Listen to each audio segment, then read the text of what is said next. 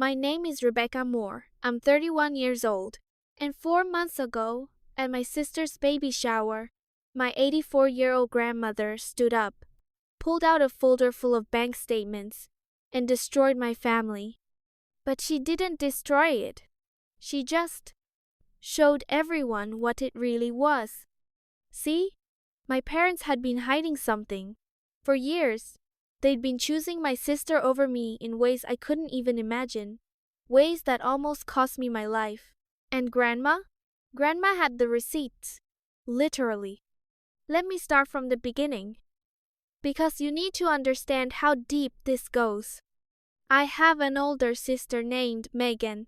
She's 34, 3 years older than me.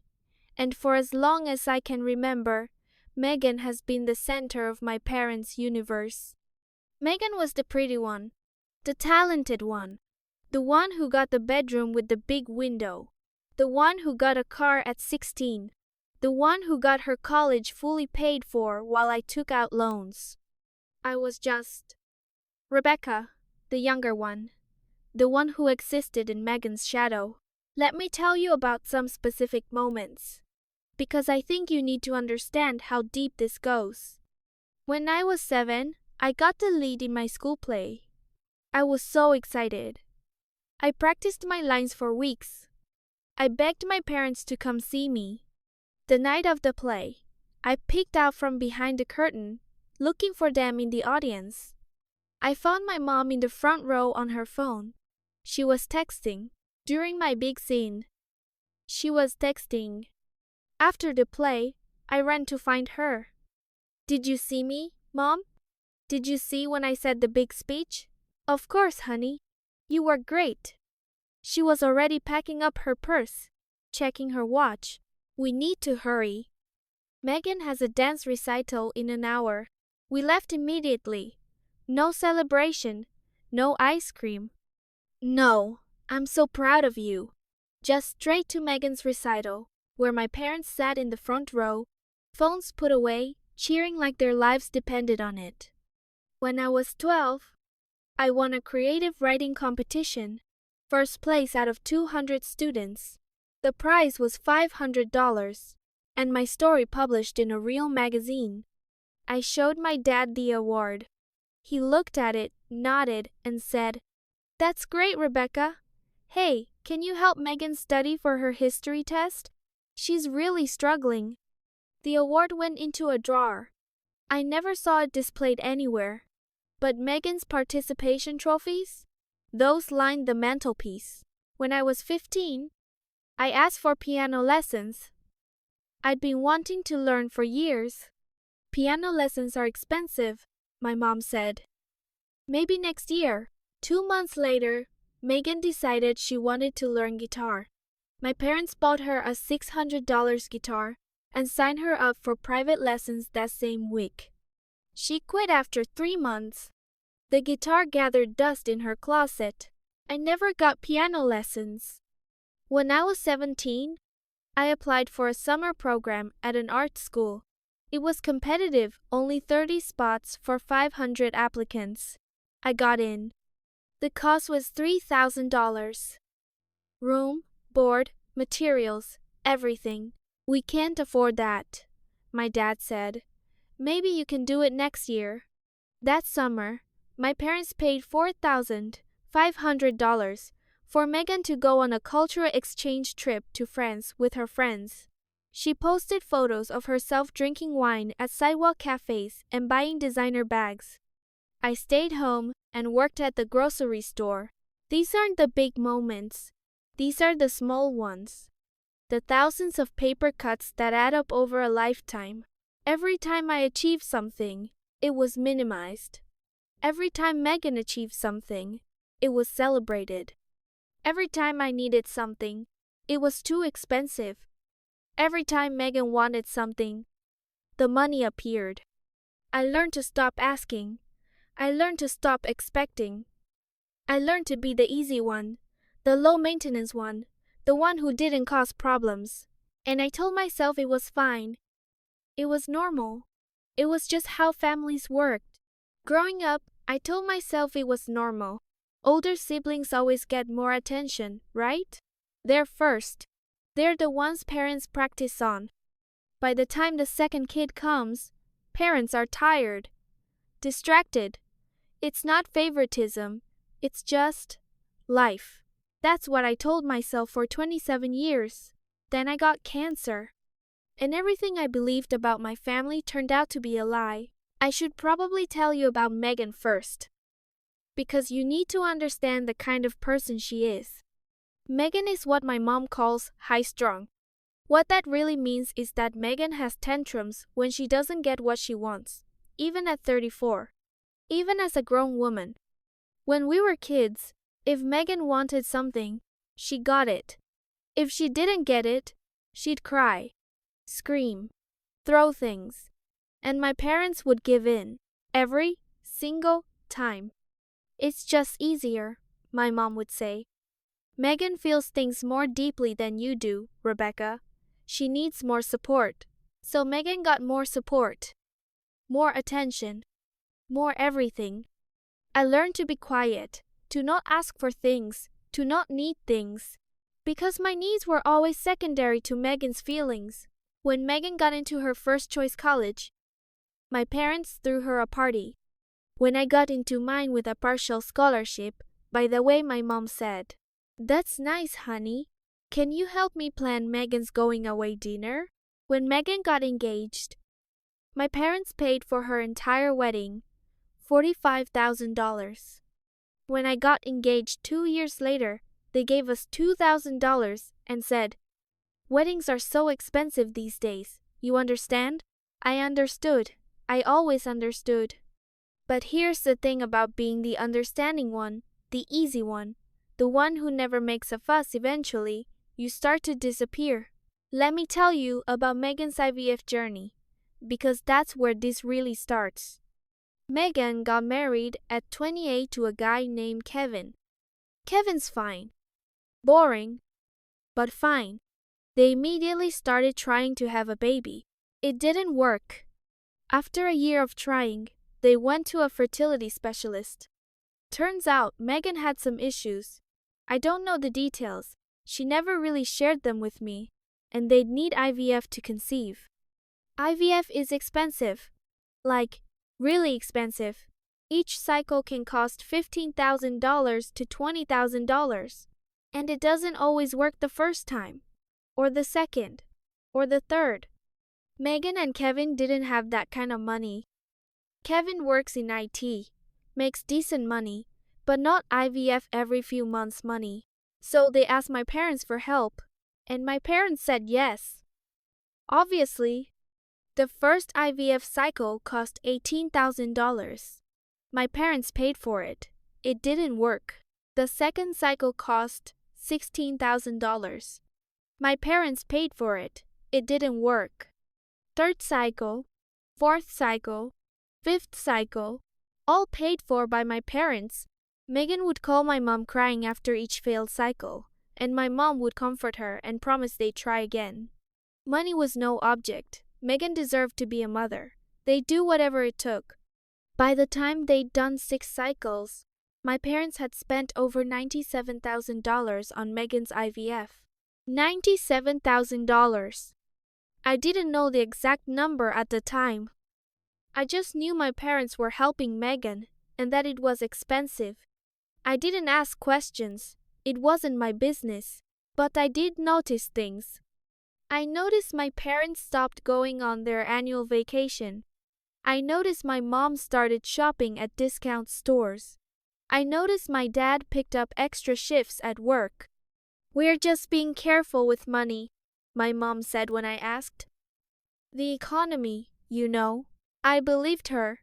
Why wouldn't I? Meanwhile, Megan was posting on social media about her fertility journey, gathering sympathy, getting hundreds of comments about how strong and brave she was. And me? I was just living my life, working as a graphic designer, married to my husband, Daniel, thinking about starting a family someday, but not in a rush. I was happy, genuinely happy, and then I found the lump. It was a Tuesday morning, November. I was in the shower, doing a routine check. Something I'd done 100 times before, and I felt it. A small lump in my left breast. I told myself it was nothing. I was 29, healthy, no family history of breast cancer. It was probably just a cyst, but I made a doctor's appointment anyway, just to be safe. 2 weeks later, I was sitting in an oncologist's office, listening to words that didn't make sense. Stage 2 breast cancer. Aggressive. Treatment options. Chemotherapy. Mastectomy. Daniel was holding my hand so tight I thought he might break it. But I couldn't feel anything. I was numb. We caught it relatively early, the doctor said. With aggressive treatment, your prognosis is good. But we need to start soon. How soon? Within the next few weeks. The sooner we begin, the better your chances. I nodded. What else could I do? That night, I called my parents. I have cancer, I said. Just like that. No preamble. I didn't know how else to say it. My mom was quiet for a long moment. Then she said, "Oh, honey. What kind?" "Breast cancer, stage 2. I need chemo and probably surgery." "Oh my God." Her voice was shaking. "Are you okay? I mean, obviously you're not okay. But, are you okay?" "I'm scared, Mom." "I know, baby. I know." We talked for an hour. She cried. I cried. She promised everything would be fine, that we'd get through this together, that she and Dad would do whatever they could to help. I believed her. I shouldn't have. Here's where things get complicated. Cancer treatment isn't just physically devastating. It's financially devastating. I had health insurance through my job, decent insurance. But decent doesn't cover everything. Not even close. The copays, the deductibles, the medications that insurance decided were optional. The tests, the scans, the second opinions. Within 2 months of my diagnosis, Daniel and I had spent $12,000 out of pocket. And that was just the beginning. I was too sick to work. Chemo destroyed me. I'd always heard people talk about how hard it was, but I never really understood until I was the one hunched over a toilet.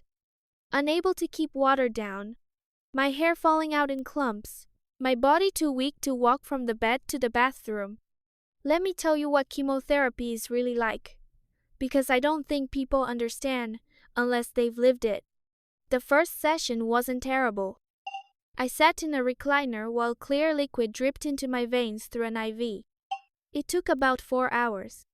I read a book, listened to music, thought, okay, this isn't so bad. I can handle this. Then day 2 happened. I woke up and immediately knew something was wrong.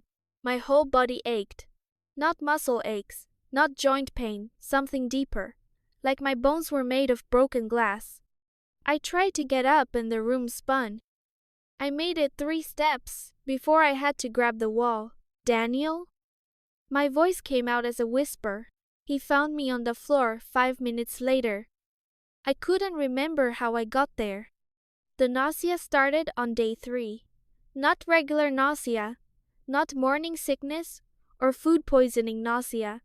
This was something else entirely. It was constant, relentless.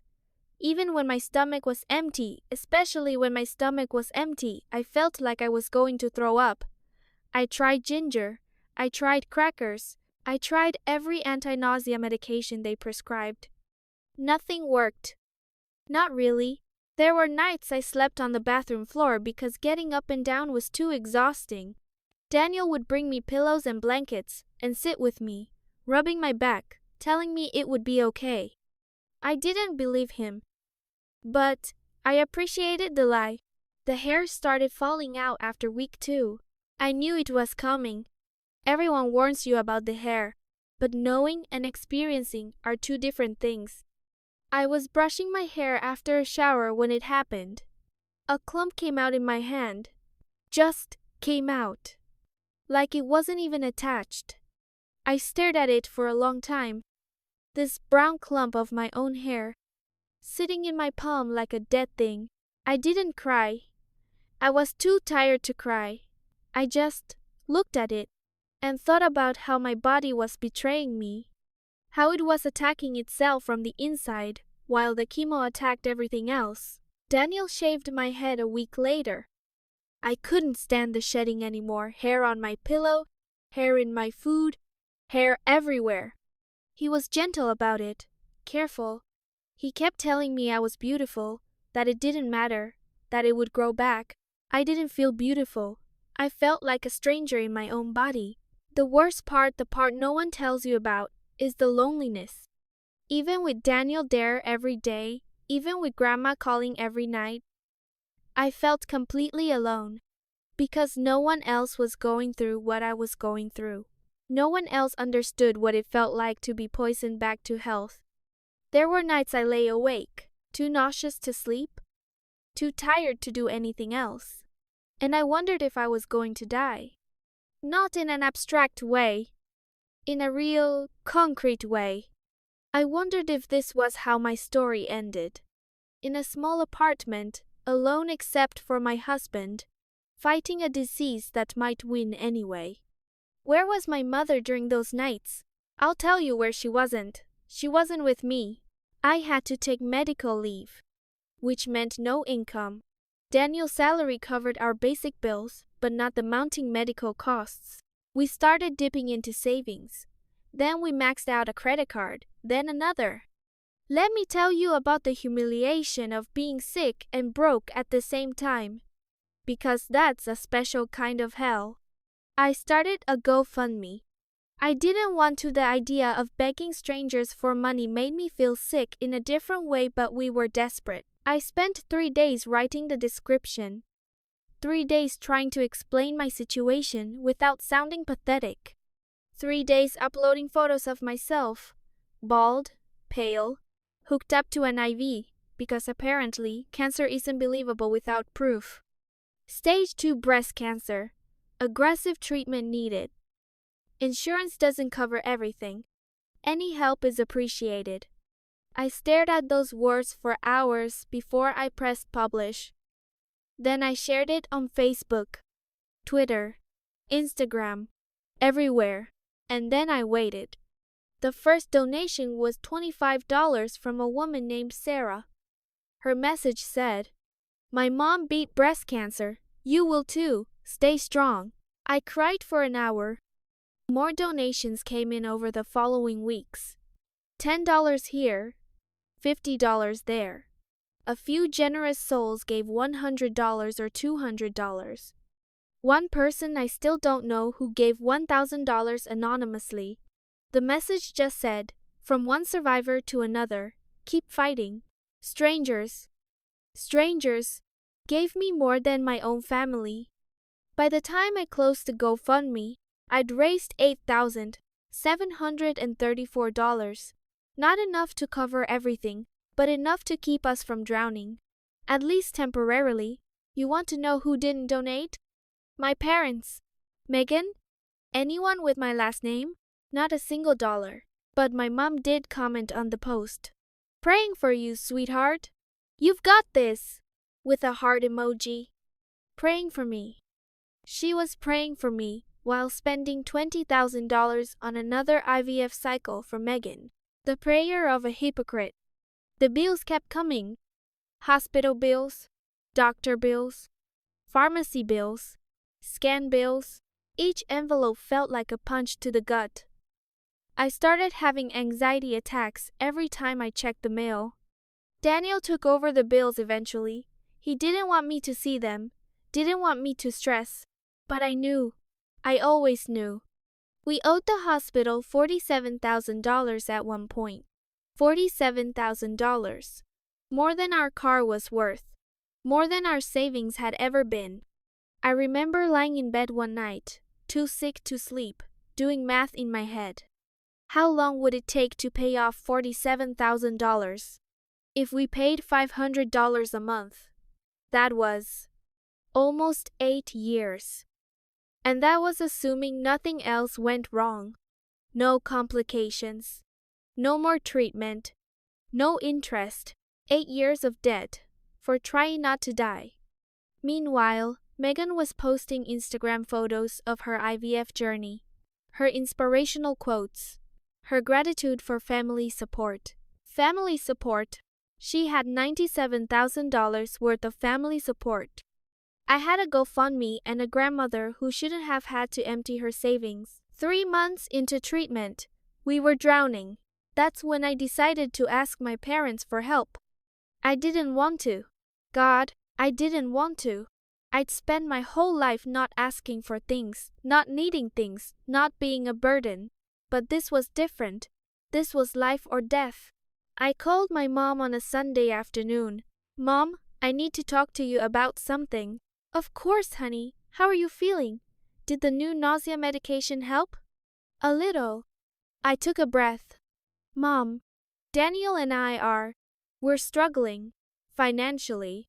The medical bills are piling up, and I can't work, and I started crying. I couldn't help it. I'd been trying so hard to hold it together, to be strong, to not burden anyone, but I was so tired, so scared. We need help, I said. I hate asking, but we need help. We're about $30,000 in debt now, and there's more treatment coming, and I don't know what to do.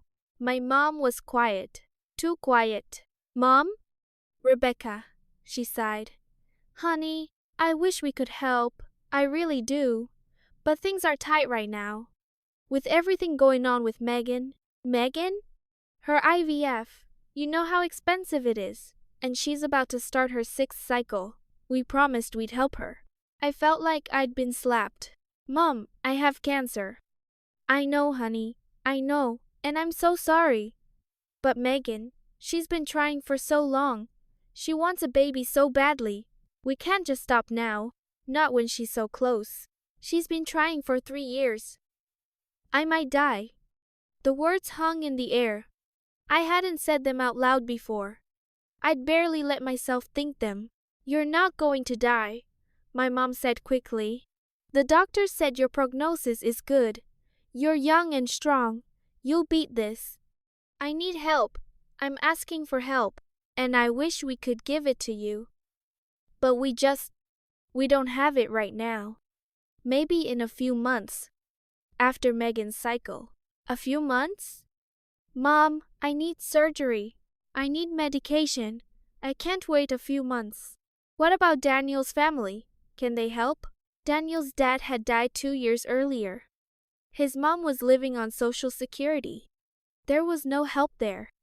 There's no one else, Mom. You're our only option. Another long pause. Let me talk to your father. I'll see what we can do. Thank you. I hung up feeling a tiny spark of hope. That spark died 3 days later. My dad called me. His voice was stiff, formal, the way it got when he was uncomfortable. Rebecca, your mother told me about your financial situation. Yeah, we're really struggling, Dad. I understand, and I want to help. I do. But we've made commitments. To Megan. For her treatment. Her treatment? Dad, she's trying to have a baby. I'm trying to not die. That's not fair, Rebecca. What's not fair is choosing fertility treatments over cancer treatment. What's not fair is spending almost $100,000 on one daughter and refusing to help the other one. We're not refusing. We can't do everything at once. Megan is at a critical point. If this cycle works, we won't have to pay for any more. And then we can help you. And if it doesn't work, what then? Another cycle? Another $20,000? He didn't answer. Dad, please, I'm begging you. I need $30,000 to cover what we already owe. That's it. That's less than 2 of Megan's cycles. I'm sorry, Rebecca. We just can't right now. He hung up. I sat there, holding my phone, trying to process what had just happened. My parents had chosen Megan. Again. They'd chosen her desire for a baby over my fight for survival. $97,000 for IVF. 0 for cancer.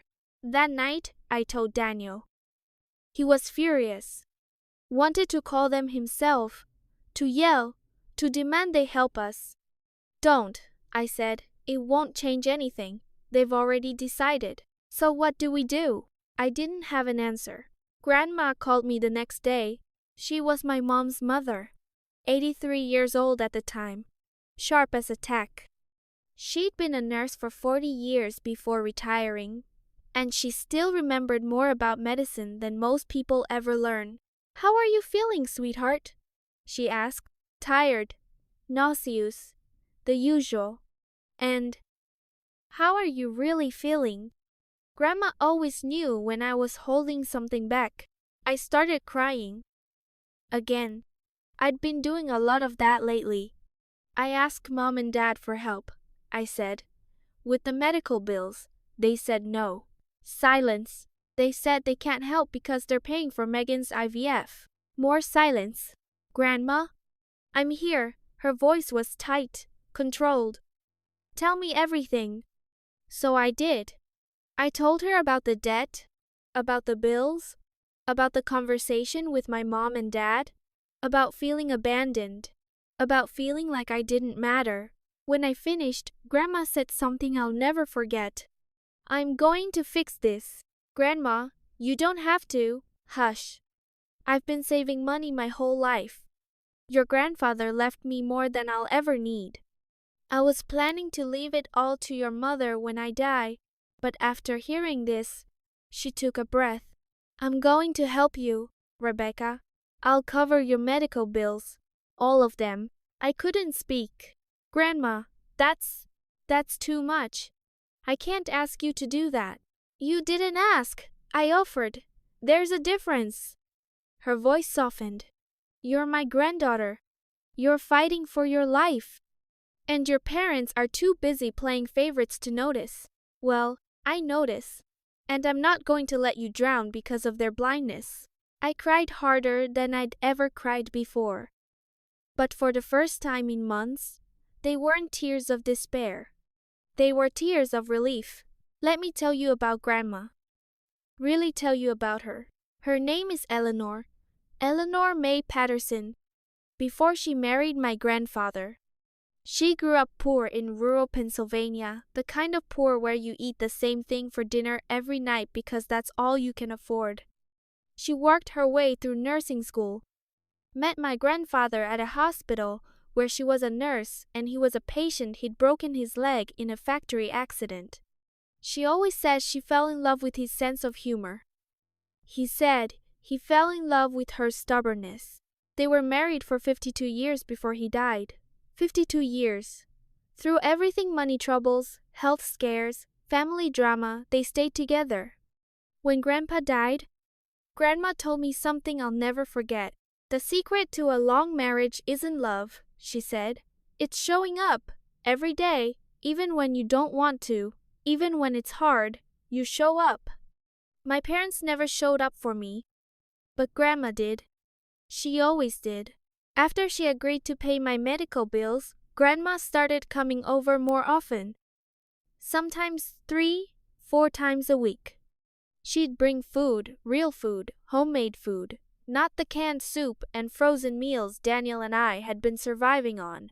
She'd sit with me during bad days, hold my hand, tell me stories about her life, about Grandpa, about things I'd never heard before.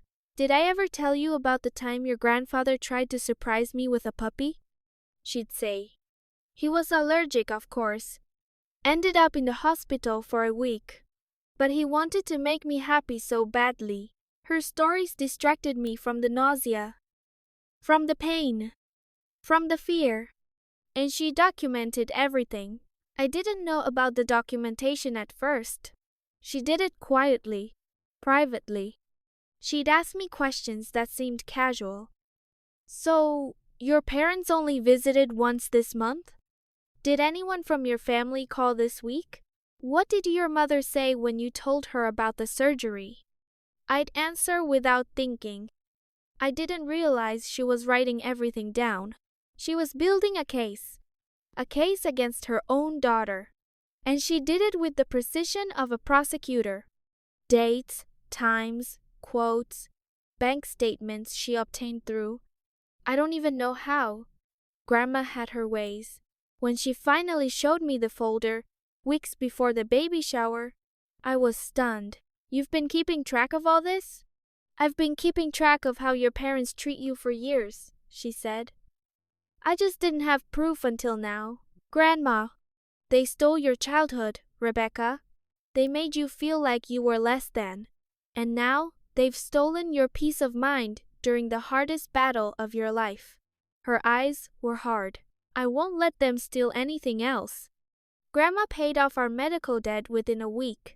She also set up an account to cover future expenses. Whatever insurance didn't pay, she would. I don't want you worrying about money, she said. Your only job is to get better. I tried to protest. It was too much, too generous. I couldn't accept it. You can and you will, Grandma said. Consider it an early inheritance. Besides, and her voice got that sharp edge again, I'm not leaving a penny to your mother now. Not after what she did. Grandma, you don't have to. I know I don't have to. I want to. There's a difference. She paused. Rebecca, I want you to know something. I've been paying attention to how your parents treat you, to how they prioritize Megan. I've seen it for years. But I told myself it wasn't my place to interfere. I regret that now. It's okay. It's not okay. None of this is okay. But I'm going to make it right, in my own way, in my own time. I didn't know what she meant. Not then. But I found out. At the baby shower, let me tell you about the next 6 months. My treatment continued.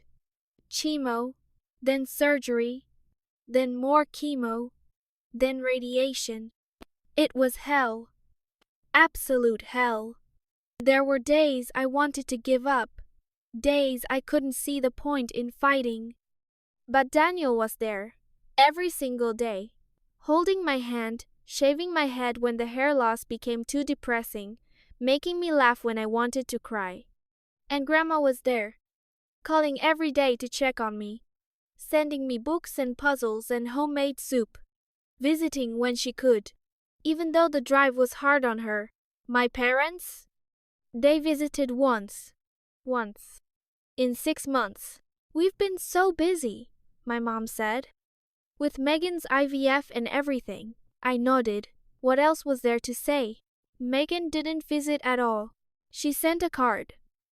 A generic get well soon card with her signature and nothing else. I told myself it was fine.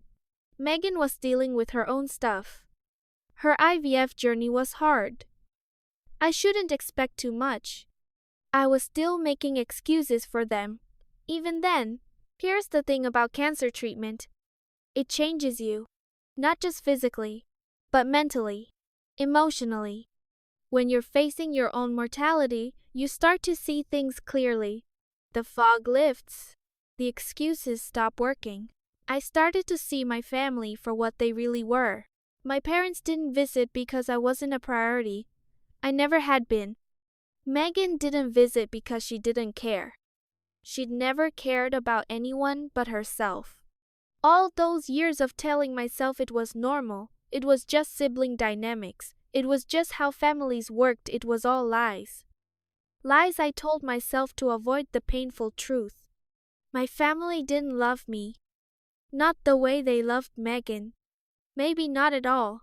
And once I saw it, I couldn't unsee it. Megan's 6th IVF cycle worked. She announced her pregnancy on social media with an elaborate photo shoot. Balloons, confetti, a banner that said, "Worth the wait." My parents posted it everywhere, called everyone they knew. Megan was finally pregnant. After all those years of trying. It was a miracle. I found out through Facebook. No one called me. I was 3 weeks post-surgery, still recovering, and I found out my sister was pregnant through a social media post. I showed Daniel. He just shook his head. Are you surprised? No. I admitted. But it still hurts. I know. I didn't call to congratulate Megan. For the first time in my life, I didn't perform the role of supportive sister. I didn't pretend to be happy for her. I just didn't engage. A week later, my mom called. Did you see Megan's news? I did. Isn't it wonderful? After everything she's been through? She's having a baby shower in a few months. I'm helping her plan it. It's going to be beautiful. That's nice. You'll come, won't you? It would mean so much to her. I laughed. I couldn't help it. Mom, Megan hasn't visited me once during my cancer treatment. She sent a card. A generic card. And you want me to come to her baby shower? Silence. Rebecca, that's not fair. Megan's been dealing with a lot. So have I. I've been dealing with cancer. Remember? Of course I remember. But Megan's pregnancy is fragile. She can't be stressed. The doctor said I had a 70% survival rate if I responded well to treatment. I responded well. No thanks to you. What is that supposed to mean? It means Grandma paid for my treatment, all of it, because you wouldn't. The silence was deafening. I know about the money, I continued. I know you spent almost $100,000 on Megan's IVF, and you couldn't spare $30,000 for my cancer treatment. Grandma told me. Your grandmother had no right. She had every right. She's the only one in this family who actually showed up for me. My mom started crying. Rebecca, we were going to help you. We just needed time. I didn't have time, Mom. I had cancer. I needed help right then. Not eventually. You're being unfair. Am I? You spent $97,000 so Megan could have a baby. You spent nothing on keeping me alive. How is that fair? She didn't have an answer. I'll think about the baby shower, I said. But I'm not making any promises. I hung up. The baby shower was scheduled for a Saturday in April. By then, I was officially in remission. The cancer was gone. The doctors were optimistic. I still had checkups and scans every few months, but the worst was over. I should have been happy. And I was, in a way. I was alive. I'd beaten the odds, but I was also angry. Angrier than I'd ever been. Now that I wasn't fighting for my life, I had time to process everything that had happened. The abandonment, the favoritism, the $97,000 versus $0. I'd spent 30 years making excuses for my family, minimizing, understanding, being the easy one. I was done.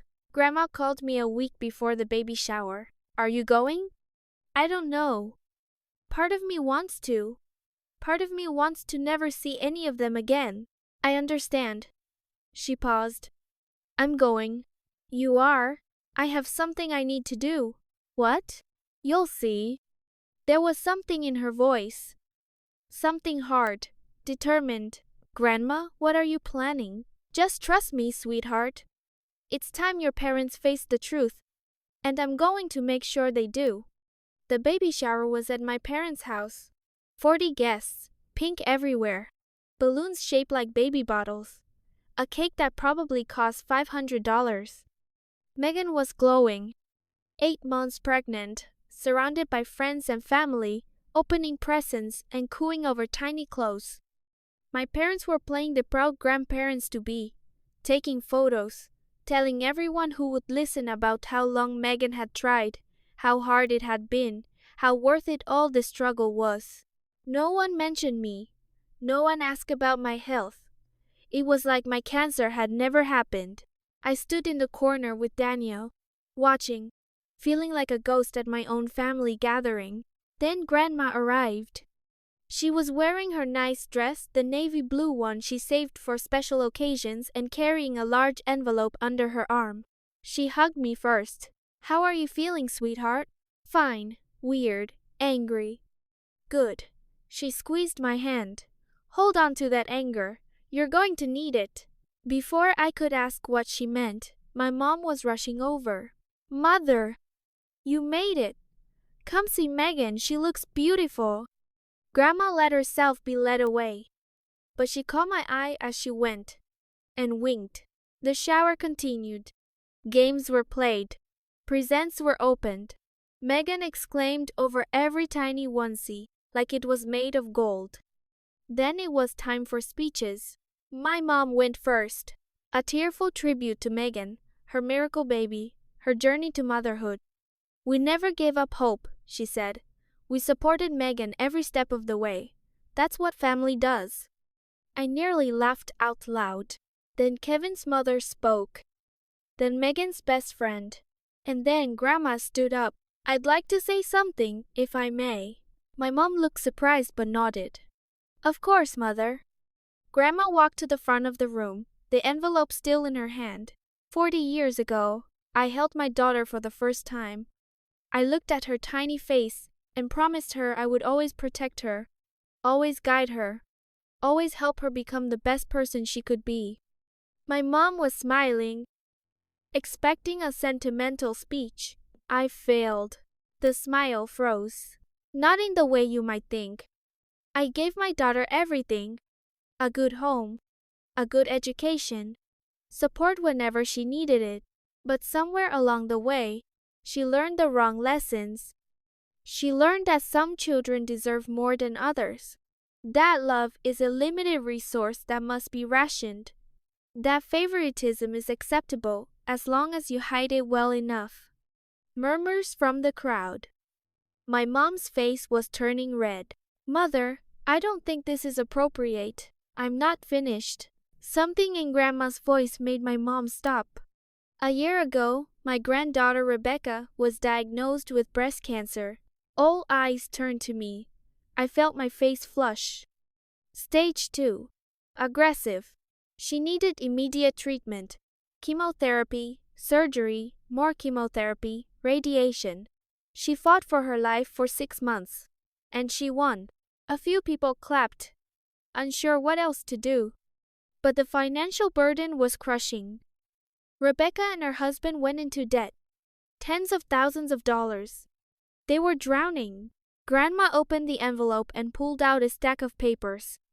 Rebecca asked her parents for help. She asked them for $30,000 to cover her medical bills. Do you know what they said? Silence. They said no. Gasps from some of the guests. They said no because they'd already committed that money to Megan for her IVF treatments. Megan was staring at Grandma, her mouth open. "Let me show you what I mean." Grandma held up the first paper. A bank statement. "This is from March of last year. A transfer of $18,000 from my daughter and son-in-law's account to the fertility clinic. Megan's first IVF cycle." She held up another paper. May, $16,000. Second cycle. Another. August, $17,500. Third cycle. She kept going. Paper after paper. Statement after statement. By the time Rebecca was diagnosed, my daughter had spent $67,000 on Megan's IVF. 3 more cycles followed. The total, she held up the final paper, is $97,342. The room was silent. $97,000. For one daughter. To help her have a baby. She turned to look at my parents. And for the other daughter, the one with cancer, the one fighting for her life, she reached into the envelope again and pulled out a single piece of paper. This is a screenshot of my daughter's bank account on the day Rebecca asked for help. The day she begged for $30,000 to cover her medical bills. She held it up. The balance was $43,000. More than enough to help Rebecca. But they said no. They said they'd already promised the money to Megan. My mom stood up. "Mother, this isn't fair." "Fair?" Grandma's voice was sharp. "Fair is your daughter almost dying while you funded your other daughter's pregnancy. Fair is Rebecca having to rely on me, an 84-year-old woman, because her own parents couldn't be bothered. Fair is this family gathering to celebrate a baby while pretending the past year didn't happen. She turned to the crowd. I want everyone here to know the truth. My daughter and her husband had a choice. They could have helped Rebecca. They had the money. But they chose Megan instead. They always choose Megan. She looked at Megan, who was crying now. This isn't your fault, Megan. You didn't ask to be the favorite. But you also never questioned it. You never wondered why your parents gave you everything while your sister got nothing. You never visited Rebecca during her treatment. You never called. You sent a card. You sent a card. She held up another paper. A photocopy of the card Megan had sent. Get well soon. That's what you wrote to your sister while she was fighting for her life. Get well soon. She let the paper flutter to the ground. I'm ashamed. Ashamed of the family I raised. Ashamed that it took cancer for me to see the truth. Ashamed that I didn't speak up sooner. She turned to me. Rebecca, I'm sorry. I'm sorry I didn't protect you better. I'm sorry I didn't see what was happening until it was almost too late. But I see it now, and I'm going to make sure no one can deny it ever again. She reached into the envelope one more time and pulled out a legal document. This is my new will. I've left everything, my house, my savings, my investments, to Rebecca. My daughter and Megan will receive nothing. My mom made a sound, something between a gasp and a scream. You can't do that. I can, and I have. The papers are filed. The decision is final. Grandma's voice was calm, cold. You made your choice when you let Rebecca suffer. Now I'm making mine. She turned back to the crowd. I'm sorry to have disrupted this celebration, but I'm not sorry for telling the truth. It's been hidden for too long. She walked over to me and took my hand. Let's go, sweetheart. I looked at Daniel. He was already standing, ready to leave. We walked out together, me, Daniel, and Grandma, leaving behind 40 stunned guests and a family in ruins. I didn't look back. The drive to Grandma's house was quiet. Daniel held my hand the whole way. Grandma sat in the back seat, looking out the window. When we got there, we sat in her living room, the same living room where she'd taught me to play cards as a kid, where we'd watched old movies together, where I'd felt safe and loved when I didn't feel that way anywhere else. Are you okay? She asked me. I don't know. I laughed weakly. I think I'm in shock. That's understandable. Grandma, the will, are you sure? I'm sure. Her voice was firm. I've been thinking about this for months. Long before the baby shower. What I did today, it was just making it public. But Mom, she's your daughter. Yes, and she failed. As a mother, as a human being, she failed. I won't reward that. She's going to hate you. Grandma shrugged. She can hate me. I'm 84 years old. I don't have time to worry about being hated. She reached over and took my hand. What I do have time for is making sure you're taken care of, that you know you're loved, that you never feel like an afterthought again. I started crying. Again. I love you, Grandma. I love you too, sweetheart. More than you'll ever know. The aftermath was messy. Of course it was. My mom called me 47 times in the first week. I didn't answer. She left voicemails, angry ones, tearful ones, desperate ones. How could you let her do this? This is all a misunderstanding. You've turned my own mother against me. I deleted them all. Megan texted me once. I hope you're happy. You ruined my baby shower. You ruined everything. I blocked her number. My dad sent an email. Long, rambling, trying to explain. They'd always planned to help me. They just needed more time. Megan's situation was complicated. They didn't mean to hurt me. I didn't respond. For the first time in my life, I stopped performing.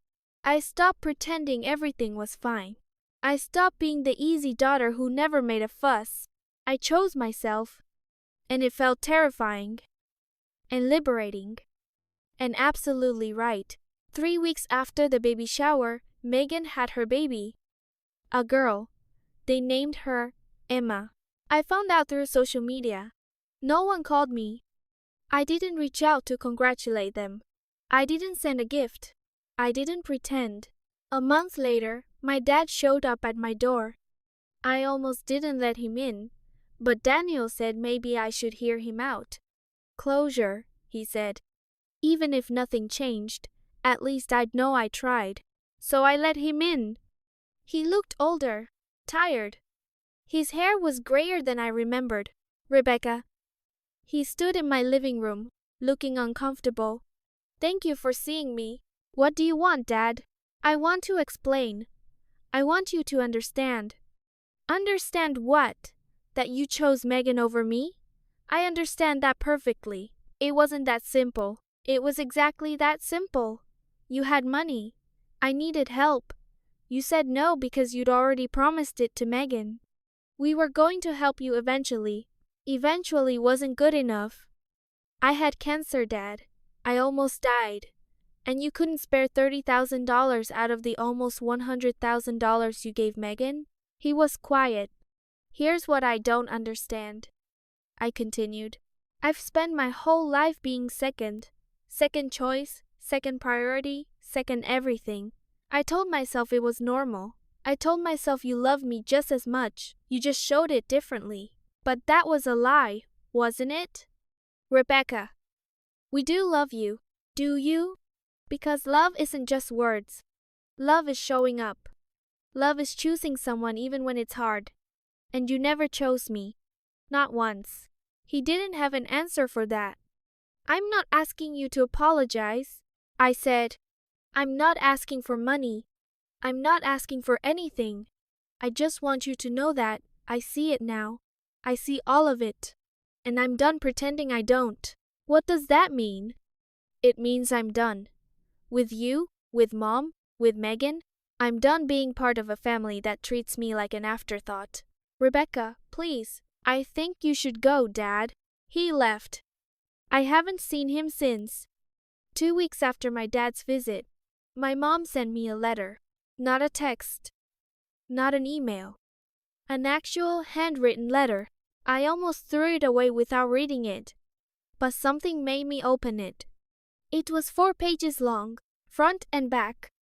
Her handwriting was shaky, probably from crying while she wrote it. Let me read you some of it. Because I think it's important. Rebecca, I've been trying to find the right words for weeks now. I don't know if there are right words. I don't know if anything I say will matter. You're right. About everything. I did choose Megan. I've been choosing Megan for your entire life. And I told myself it was because she needed more support. Because she struggled more. Because she felt things more deeply. But that was a lie. The truth is simpler and uglier. Megan was easy to love. She was dramatic and demanding, but she was also affectionate and expressive. She told me she loved me every day. She hugged me. She made me feel needed. You were different. You were quiet, independent. You never seemed to need me. And instead of recognizing that as strength, I treated it as indifference. I convinced myself that you didn't need my attention because you didn't want it. That was my failure, my blindness, my sin. When you got cancer, I should have been there. Every day, every treatment, every moment of fear and pain. I should have dropped everything and been by your side. Instead, I chose Megan's IVF. Again. I told myself it was complicated, that we'd already committed the money, that Megan's dream of being a mother was important too. All of that was true, but it wasn't the whole truth. The whole truth is that showing up for Megan was easy. It always has been. She thanks me. She appreciates me visibly. She makes me feel like a good mother. Showing up for you was harder. Because you don't need me to feel complete. You've built a life without me. And instead of being proud of that, I was hurt by it. and I punished you for it. I understand if you never want to see me again. I understand if you can't forgive me. Some things are unforgivable. But I want you to know I'm sorry. I'm sorry for every missed recital, every forgotten achievement, every time I made you feel like an afterthought. And I'm sorry for the biggest failure of all, not being there when you needed me most. You deserved better. You always did. I love you, Rebecca. I know that's hard to believe right now. But I do. I just didn't know how to show it. Your mother. I read that letter 7 times. Did I believe her? Part of me did. Part of me wanted to. But another part, the part that spent 30 years being disappointed, knew that words are easy. Words cost nothing. What matters is what people do. And for 30 years, her actions had spoken louder than any letter ever could. I wrote back. Just one sentence. I believe you're sorry. But sorry doesn't undo 30 years. I haven't heard from her since. Megan tried a different approach. About a month after the baby shower, she showed up at my door, unannounced, holding baby Emma. I almost didn't answer. But she kept knocking. When I opened the door, she looked terrible. Sleep deprived, hair unwashed, dark circles under her eyes. Can we talk? She asked. I let her in. I don't know why. Maybe I was curious. Maybe I wanted closure. She sat on my couch, Emma sleeping in her arms. And for a long moment, neither of us spoke. I'm sorry, she finally said. I know that doesn't mean much coming from me. You're right, it doesn't. I was selfish. I was so focused on my own problems, the IVF, the failures, the desperation, that I didn't even think about what you were going through. You didn't visit once. I know. You sent a card, a generic card. I know. I almost died, Megan. I was in treatment for 6 months. You couldn't make one trip to see me? She started crying. Emma stirred but didn't wake. I was scared, she said. I was scared that if I came, if I saw you like that, sick, in pain, I'd have to face how serious it was. And I couldn't handle that. I couldn't handle losing you on top of everything else. So you just ignored it? I told myself you had Daniel, you had Grandma, you didn't need me. Everyone needs their sister, Megan. Especially when they're dying. She flinched at that word. Dying. I know I failed you. I've failed you our whole lives, haven't I? I didn't answer. We both knew the truth. I'm not asking for forgiveness, she said. I don't deserve it. But I want you to know, Emma is going to know her aunt. If you want to be in her life, you're welcome. Always. I looked at Emma, this tiny sleeping baby who had no idea about the mess her family was. I'll think about it, I said. Megan nodded. She got up, hesitated, then did something she hadn't done in years. She hugged me. It was awkward with Emma between us. It couldn't be anything else, but it was real. For maybe the first time ever, my sister hugged me like she meant it. I'm glad you're alive, she whispered. I'm sorry, I didn't say that sooner. She left. I haven't decided yet if I want to be in Emma's life. Part of me does. It's not Emma's fault, her family is a disaster. But another part worries that reconnecting with Megan means reconnecting with all of it. The favoritism, the disappointment, the pain. Maybe someday, but not yet. It's been 4 months now. 4 months since the baby shower. 4 months since Grandma changed everything. I'm still in remission. My scans are clear. My hair is growing back curlier than before. Which is weird but kind of fun. Daniel and I are doing well. Better than well. We've started talking about having kids of our own. Someday. When I'm stronger. When we're ready. Grandma is still Grandma. Sharp, fierce, unapologetic. She comes over for dinner every week. We play cards and watch old movies and talk about everything and nothing. My parents have stopped calling. Maybe they've given up. Maybe they're waiting for me to come around. Either way, I'm grateful for the silence. Megan posted a picture of baby Emma last week. She looks happy. Tired but happy. I felt nothing. Not anger. Not sadness. Not jealousy. Just nothing. Maybe that's what healing looks like. Not forgiving, necessarily. Not forgetting. Just moving on. Building a life that doesn't include the people who hurt you. Some people might think I'm being too harsh. That I should give my family another chance. That I should forgive and forget. But here's what I've learned. Forgiveness is a gift you give yourself. It doesn't mean letting people back into your life. It doesn't mean pretending the hurt didn't happen. It just means letting go of the anger so it doesn't poison you. I'm working on that. Some days are harder than others. But I'm not going back to being the easy daughter. The one who never makes a fuss. The one who accepts crumbs and calls them a feast. I deserve more than that. I always did. So that's my story. My parents paid for my sister's IVF 6 times $97,000 while refusing to help with my cancer treatment. At her baby shower, my 84-year-old grandmother showed everyone the bank statements and told the truth. It wasn't pretty. It wasn't comfortable. It burned bridges that might never be rebuilt. But it was honest. For the first time in my family's history, it was honest. If you're in a situation like mine, if your family treats you like a backup plan, like an afterthought, like someone who deserves less, I want you to know something. You're not crazy. You're not too sensitive. You're not asking for too much by wanting to be loved equally. And you don't have to stay. Family isn't just blood. Family is the people who show up, who choose you, who fight for you when you can't fight for yourself. Find those people. Hold on to them. Let go of everyone else.